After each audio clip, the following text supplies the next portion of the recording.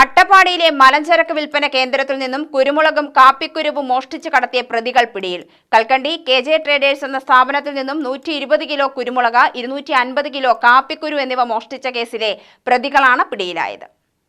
കാടാമ്പുഴ സ്വദേശി റഫീഖ്, പെരിന്തൽമണ്ണ അങ്ങാടിപ്പുറം സ്വദേശി മുഹമ്മദ് അലി എന്ന ആലിപ്പൂ, വെട്ടത്തൂർ സ്വദേശി രത്നകുമാർ എന്നിവരാണ് അഗളി പോലീസിന്റെ പിടിയിലായത്.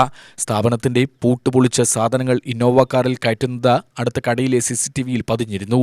തുടർന്ന് ചെക്ക് പോസ്റ്റിലെത്തിയ വാഹനം ഉദ്യോഗസ്ഥർ തടഞ്ഞു നിർത്തി പരിശോധിച്ചപ്പോൾ സ്വന്തം പറമ്പിലുണ്ടാക്കിയ കുരുമുളകും കാപ്പിക്കുരുവുമാണെന്ന് തെറ്റിദ്ധരിപ്പിച്ച പ്രതികൾ കടന്നുകളയുകയായിരുന്നു. വളാഞ്ചേരി സ്വദേശിയുടെ ഇന്നോവ കാർ വാടകയ്ക്കെടുത്താണ് ഇവർ മോഷണം നടത്തിയിട്ടുള്ളത്. വാഹനം കേന്ദ്രീകരിച്ചുള്ള അന്വേഷണത്തിലാണ് മുഖ്യപ്രതിയായ റഫീഖിലേക്ക് എത്തിയത്. ഇയാളെ ചോദ്യം ചെയ്തതിലൂടെയാണ് മറ്റ് 2 പ്രതികളെയും പിടികൂടാനായത്. കർണാടകയിലെ കുർഗിൽ ഒളിവിൽ കഴിഞ്ഞുവരുന്നതിനിടെ ശനിയാഴ്ച രാത്രിയാണ് പ്രതികളെ പിടികൂടിയത്. മോഷണ മുതലുകൾ വയനാട് അമ്പലവയലിലെ കടയിൽ വിറ്റതായി പ്രതികൾ പോലീസിന് മൊഴി നൽകി. പ്രതികളുടെ പേരിൽ മുൻപും നിരവധി കേസുകളുണ്ട്. മോഷണ കേസുകൾ കൂടാതെ കഞ്ചാവ് കേസുകളിലും ഉൾപ്പെട്ടവരാണിവർ. അഗളി DYSP R അശോകന്റെ നിർദ്ദേശപ്രകാരം 2 ടീമുകളായി തിരിഞ്ഞാണ് അന്വേഷണം നടത്തിയത്.